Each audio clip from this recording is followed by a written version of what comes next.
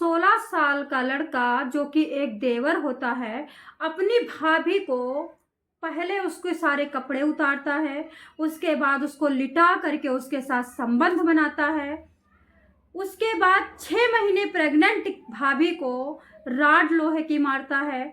उसके बाद खड़ा करता है, खड़ा करके भाभी को पीछे करता है और पीछे से नंगी भाभी, 6 महीने की प्रेग्नेंट भाभी, नंगी भाभी, उनको पीछे से इतने तेज से पुश करता है लात के द्वारा, मतलब अपनी लात उठा उठा करके इतने तेज से धड़ाम धड़ाम करता है कि भाभी जा करके दीवार में जा करके धड़ाक से उनका सर जा करके होता है। और बच्चा जो 6 महीने का था, वो 6 महीने का बच्चा बाहर आ जाता है। ये सब कौन देख रहा था? भाई।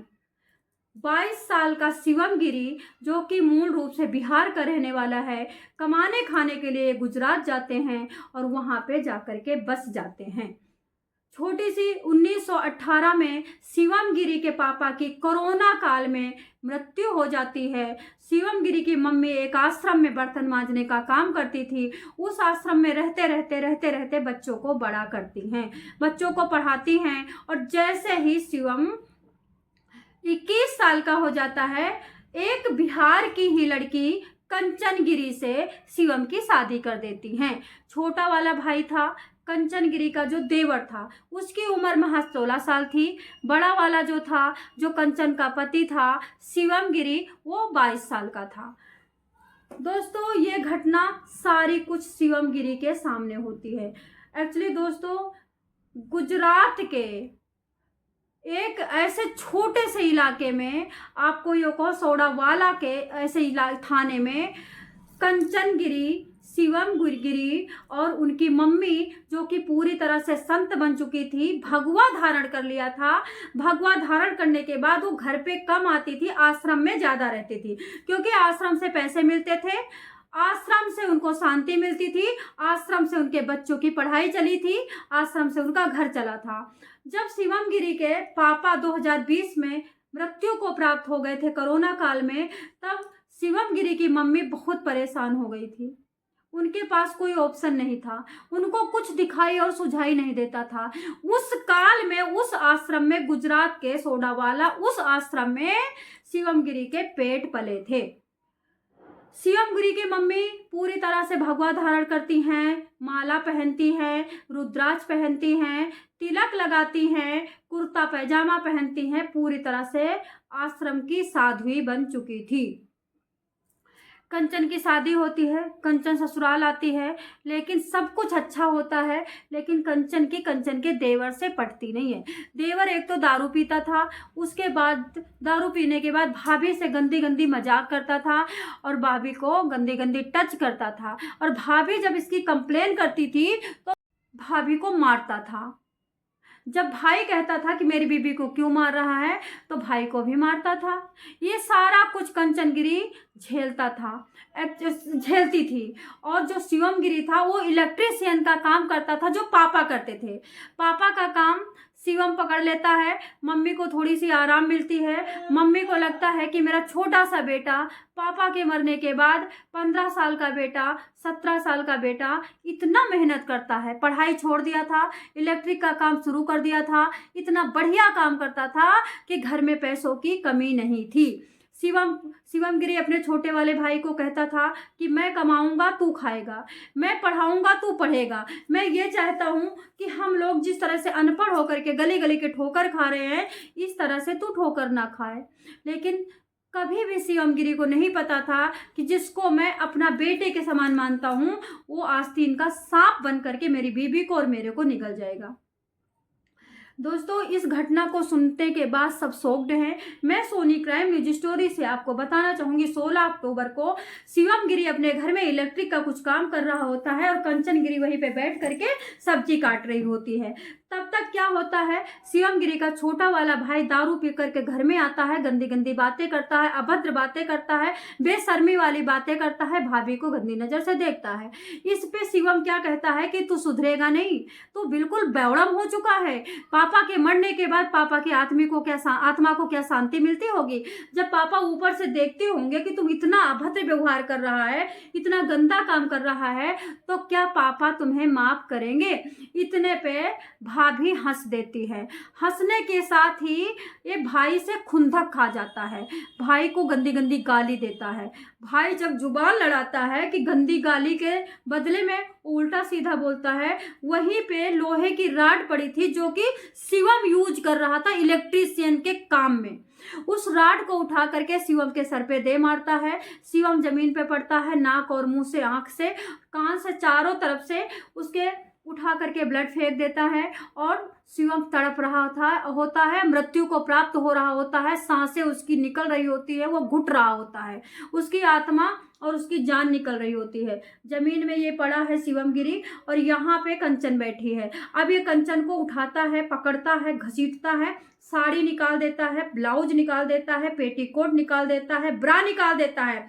वहीं पे भाई के सामने, भाई की आंखों के सामने गलत काम करता है। कहीं ना कहीं शिवम गिरी की सांसें थम गई थी, मरने का नाम नहीं ले रहा था, उसकी तड़पन मिट गई थी। वो अपनी आंखों से फटी हुई सोगडवल अवाक आंखों से अपने भाई को, अपनी बीबी को लूटते हुए देख रहा था। 16 साल का लड़का पूरा नंगा हो जाता है, अपनी अंडरवियर निकाल देता है, भाभी के कपड़े निकाल देता है, भाई के सामने कुकर्म करता है, चिढ़ाता है। कंचन तड़पती है, चीखती है, क्योंकि 6 महीने का पूरा हो चुका था, प्रेग्नेंट लेडी थी, बच्चा। चीखती है, चिल्लाती है, मदद मांगती है, हाथ जोड़ती है, पति को मरते हुए देखती है, खुद को विधवा होते हुए देखती है, लेकिन शिवम गिरी के भाई को दया नहीं आती है। 16 अक्टूबर की बात है। उसके बाद उठता है, कुकर्म जी भर के संतुष्टि पा लेता है, 6 महीने की प्रेग्नेंट लेडी के साथ अवैध संबंध बनाता है, 2 बार 3 बार, तब तक भाई मर जाता है, तब तक भाई मर चुका होता है। फिर उठता है, लोहे की राड उठाता है, भाभी के सर पे मारता है, भाभी तड़पने लगती हैं। उसके बाद फिर उठ के खड़ा करता है, भाभी को पीछे करता है, पीछे पीठ पे बहुत तेज से लात मारता है, जूता भरा हुआ, और जो पेट में बच्चा होता है वो बाहर निकल के दूर गिरता है और वहीं पे बच्चा कुलबुलाता है, मर जाता है। उसके बाद क्या करता है, ये सारा कुछ करने के बाद भाई को भी नंगा कर देता है, भाभी को भी नंगा कर देता है कि कहीं कपड़े ना मिल जाएं किसी को। सारी छींटे साफ करता है, फावड़ा लाता है, घर के कोने में किचन के पास गड्ढा खोदता है। इतना गड्ढा खोदता है 2-2 फीट का, 3-3 फीट का, कि उसमें दोनों को गुड़मोस करके, मफरोड़ करके नंगी लाशें डाल दें। नंगी लाशें, उसके बाद उसको बंद कर देता है, शॉर्टकट बता रही हूँ, उस पर सीमेंट की चिनाई कर देता है। और उसकी माँ, जो साध्वी माँ थी, वो आने वाली थी। जब उसकी माँ आती है तो ये गड्ढा खोद रहा होता है, माँ को देखता है, बड़ी लाशें देखता है, और माँ बेटे को देखती है। माँ के दिमाग से, दिल से दिमाग खत्म हो जाता है, आंसू सूख जाते हैं। फिर भी माँ क्या करती है, कपड़े उठाती है, कपड़ों को जलाती है, शरीर साफ करती है, खून साफ करती है, माहौल साफ करती है, राड साफ करती है, सरिया साफ करती है, जूता साफ करती है।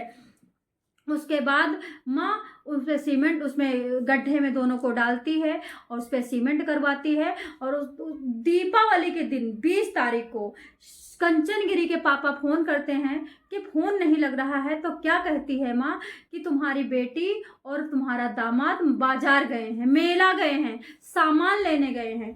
तो वो कहते हैं ठीक है। उसके बाद वो फ़ोन नहीं करते हैं। दूसरे दिन फिर फ़ोन करते हैं, बात कराओ, तो कहती है कि उनका एक्सीडेंट हो गया, वो मर गए। उसके बाद वो कहते हैं मर गए, इतनी जल्दी मर गए, मेला जाते ही मर गए।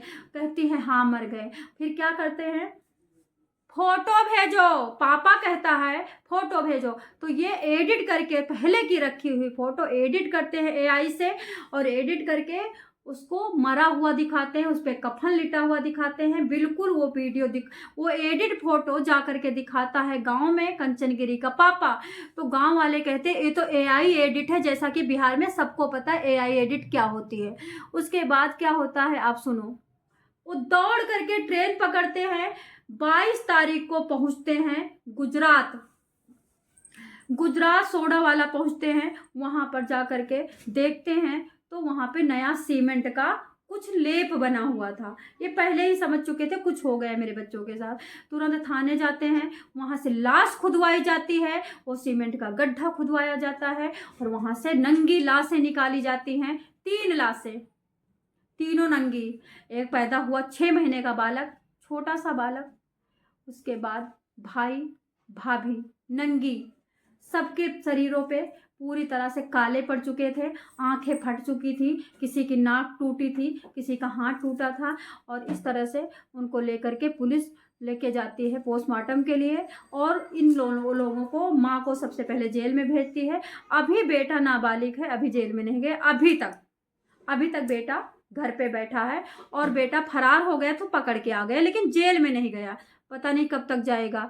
जो नाबालिग है वो ऐसा गलत काम भी नहीं करता, जो नाबालिग है वो भाभी को इस तरह मारता भी नहीं है, जो नाबालिग है वो अवैध संबंध भी नहीं बनाता और वैध संबंध भी नहीं बनाता। तो किस बात का बालिग, जो बड़े बड़े खूंखार शेरों का काम ये नाबालिग कर रहा है, तो क्या इसको नाबालिग कहना चाहिए? आप लोग कमेंट जरूर करना। जय श्री कृष्णा, हर हर महादेव। औरतों का अपमान करने वाले तुम्हारे मुंह में घी शक्कर। मैं नहीं बोलूंगी तुम्हें बुरा। जय श्री कृष्ण।